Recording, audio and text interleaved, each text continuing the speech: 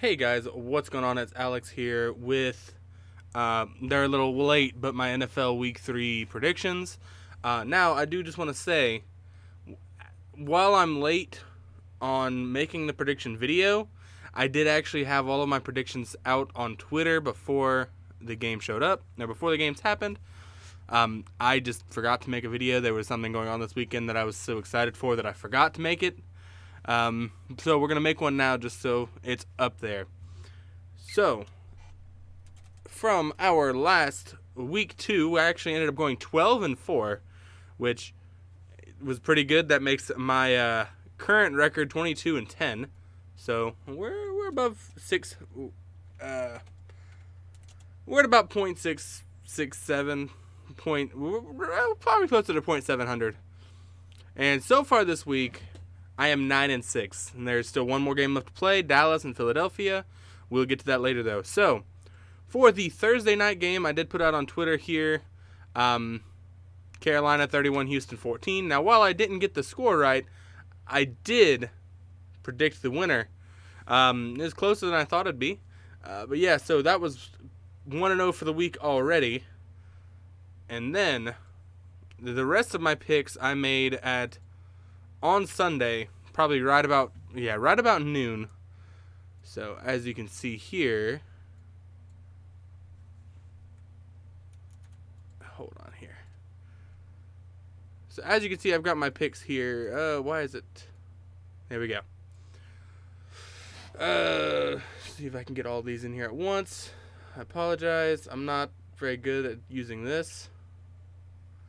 So these were my picks for the Sunday games, and we'll just go through them one by one here. So I did pick the Giants to beat the Falcons. Now, obviously, that didn't go the way I thought, so Falcons ended up beating New York. Detroit and Baltimore, I didn't think it would be as close as it would. I didn't think it would come down to an NFL record field goal. But I did pick the correct winner. I did pick the Ravens. So that's 2-1 for the week. And then we had the Saints and the Patriots. This one was a pretty easy pick for me. Just the Saints look like the more complete team. I'm still not sold on Mac Jones just yet. But we'll see. He does have probably one of the best coaches in NFL history leading him, so we'll see. Next up, we had the Browns beating the Bears. I did not expect this one to be as crazy as it was. I mean, I think they had 47 yards of offense, the Bears did. So that's insane. And the fact that they outscored the Jets is crazy. But I did get that one, so that makes me 4-1 for the week. I did take the Chiefs to beat the Chargers, that was a great game in general. But Chiefs were a little sloppy with turnovers, ended up costing them the game. That's fine. They'll rebound. I'm sure they'll still be a big-time Super Bowl contender. So that makes me 4-2. And then Titans over the Colts. This one was a 50-50 one for me because, Colts, even though they came into the game 0-2, they were still looking pretty all right. Now, Carson Wentz with 2 sprained ankles, I don't think he's going to do well for the next couple weeks because knowing him, it's going to take a while for him to bounce back from that. And Derrick Henry just steamrolls most teams with a defense that's not super, super sturdy. Then we got the Bills and the Washington football team.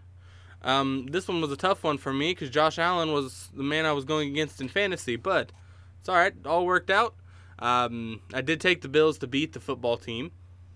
While the football team's defense is solid, the Bills are just clicking and firing on all cylinders. Last week they beat the Dolphins. I think it was 35-0 or 38-0, one of the two.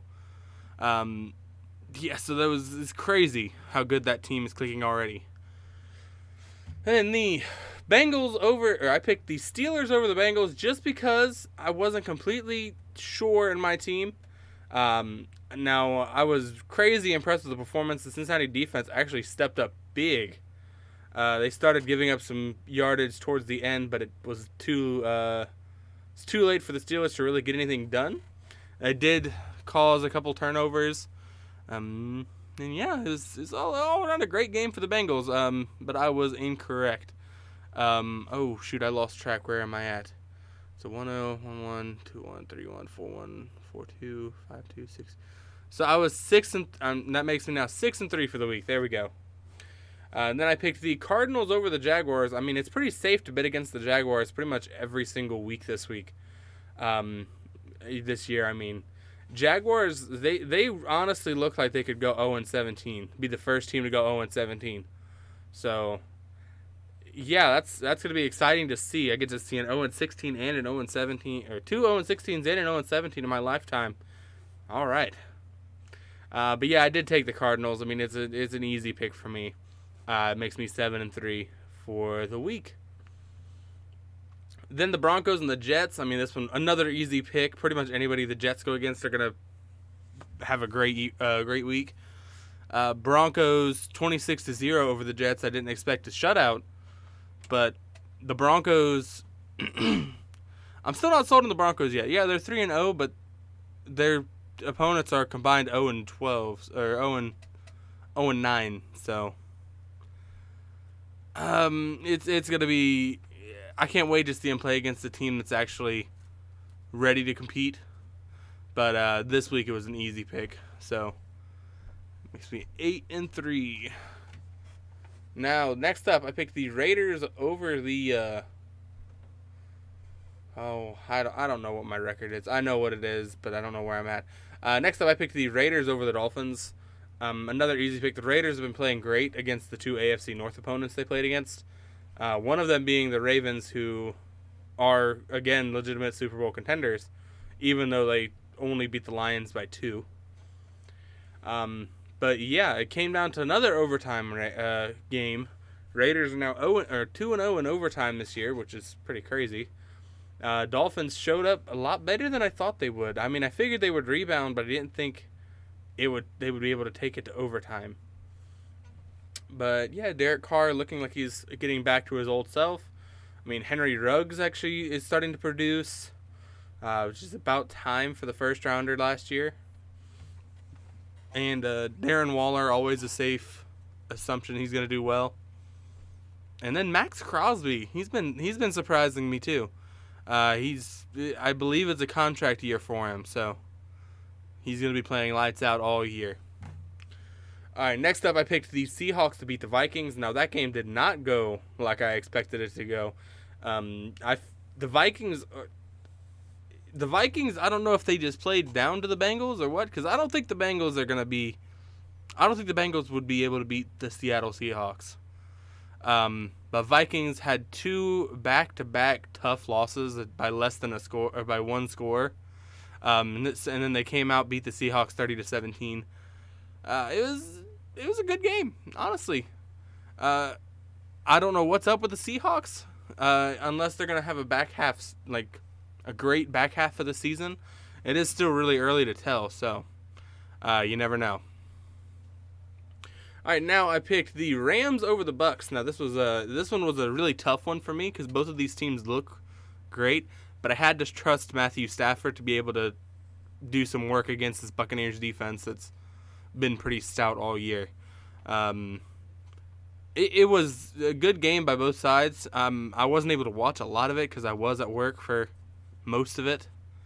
But for the bits that I did see was it was back and forth.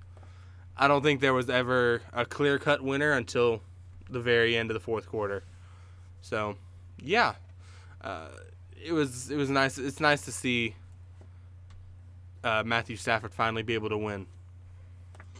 And the Sunday night game, I did actually pick the 49ers over the Packers. I was so close to being right, but you cannot leave 40 seconds and no timeouts for Aaron Rodgers because he will get it down the field. It was great to see too. I mean, as soon as Aaron Rodgers spiked the ball to stop the clock, he's doing fist bumps because he's like, I know I've got it. We just won. But yeah, you cannot leave time on the clock for Aaron Rodgers. You need to. I understand why they scored when they did, because if they didn't score there and weren't able to score, then people would be criticizing them and be like, why didn't you go into the end zone there? Like, why did you stop and just not score whenever you could have scored and won the game? Whenever you're playing Aaron Rodgers, you have to do stuff you have to, yeah. I mean, you have to be able to. I don't know what I'm trying to say. I'm having trouble speaking. But yeah, so for all of the early games, I am a 9-6. So now I'm hoping to bust into the 10-win category, or 10 wins for the third week in a row here. We have the Eagles and the Cowboys. I think I'm gonna take Dallas tonight, and here's my reasoning. I mean, both of these teams are looking pretty solid. Now the difference is the Cowboys were within one score of beating the Buccaneers, who are still looking like the top team in the NFC aside from the Rams. They held it within one score of the Buccaneers. Now, the Eagles, give them some credit. They played really well. They were close to beating the 49ers, who's another really strong NFC team. But I think I would take the Rams over the Niners. So, and then the Cowboys' offense, I think, is going to be too much for the Eagles' defense. And now I don't keep too big of an eye on either of these teams because they're not in my team's conference. So, and I don't think either one of them are going to do much in the playoffs either because it's probably going to be one of these two teams representing the NFC East. I don't think either of them are going to do much. But that being said, I do think the Cowboys' offense is going to be too much for the Eagles' defense. Eagles' offense is going to be tough for the Cowboys' defense, but I think they're going to be having to kick more field goals and punts than the Cowboys will have to. So those are my picks. I promise I'll have the week 4 out before week 4 is already here. So yeah, if you guys like this video, hit the like button down below. If you want to see more, hit that subscribe button. Make sure you check out my Facebook, Twitter, Instagram, Discord, and Twitch, all linked down below. Definitely make sure you check out my Twitch. I am live there 3 times a week. So yeah. Hey guys, thanks for watching. I'll see you guys in the next one. Bye everybody.